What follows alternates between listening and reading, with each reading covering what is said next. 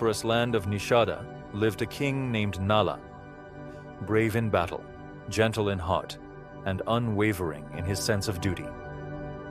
Far away in Vidarbha lived Princess Damayanti, a beauty spoken of in whispers, wise beyond her years, graceful in every thought. They had never met, yet stories carried their names.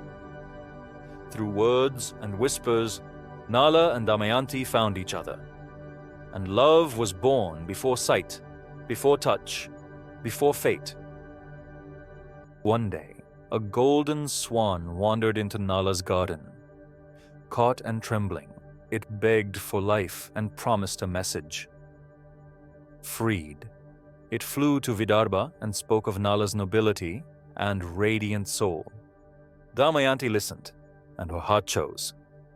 She sent the swan back with a vow that she would belong to no one but Nala. Before they ever met, their bond was sealed. When her longing became visible, King Bhima announced a Svayamvara. Kings arrived from distant lands. Nala came too, his heart heavy with hope. But the gods came as well: Indra, Agni, Varuna, and Yama, each desiring Damayanti. They stopped Nala on the way, asking him to speak for them. Duty demanded obedience. Love demanded silence. Nala chose duty, and his heart broke quietly. Invisible, he stood before Damayanti and delivered their request. She answered without hesitation that her heart had already chosen, and even the gods could not change it. On the day of choice, 5 Nalas stood before her, 4 gods wearing his face. Confused, Damayanti prayed.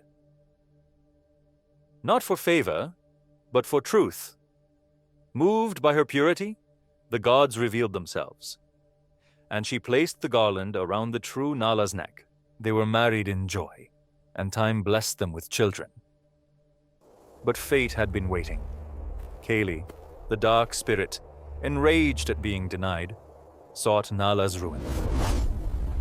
For 12 years he waited, until a single moment of forgetfulness opened the door.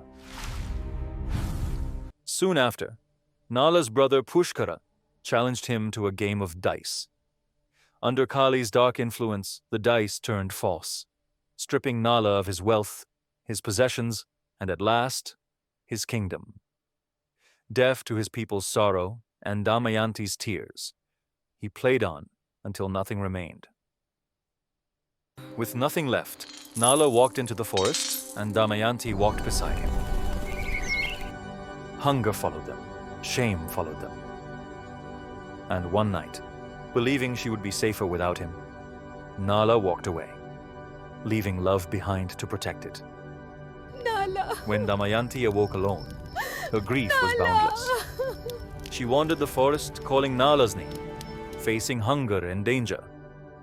She cursed a wicked hunter who tried to harm her, and he fell dead. Guided by sages, she reached Chedi, lived in quiet dignity, and was later recognized by Sudeva and returned to Vidarbha, where her parents received her with tears and relief. Meanwhile, Nala wandered in remorse. He saved the serpent king Karkataka, who bit him, disguising Nala's form and trapping Kali's power within. Protected by this change, Nala went to Ayodhya and served King Rituparna as the charioteer Bahuka, famed for his skill with horses and his cooking. Restless without Nala, Damayanti devised a plan. She sent Brahmins everywhere with a riddle of a wife abandoned in the forest. When it was heard in Ayodhya, Nala recognized her voice, but stayed silent. To draw him out, Damayanti proclaimed a second Svayamvara, not to remarry, but to find her lost husband. King Rituparna chose to attend and commanded Bahuka to drive him to Vidarbha in a single day. Nala achieved the impossible journey, revealing his true greatness. In Vidarbha, Damayanti watched closely and recognized him by subtle signs: his mastery, his cooking, and his tears on seeing the children.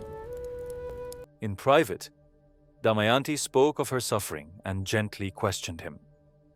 She swore an oath of her unwavering fidelity, and by its power, Kali was driven from Nala. Freed from darkness, Nala regained his true form. With the help of King Rituparna, Nala learned the secrets of dice and returned to Nishadha.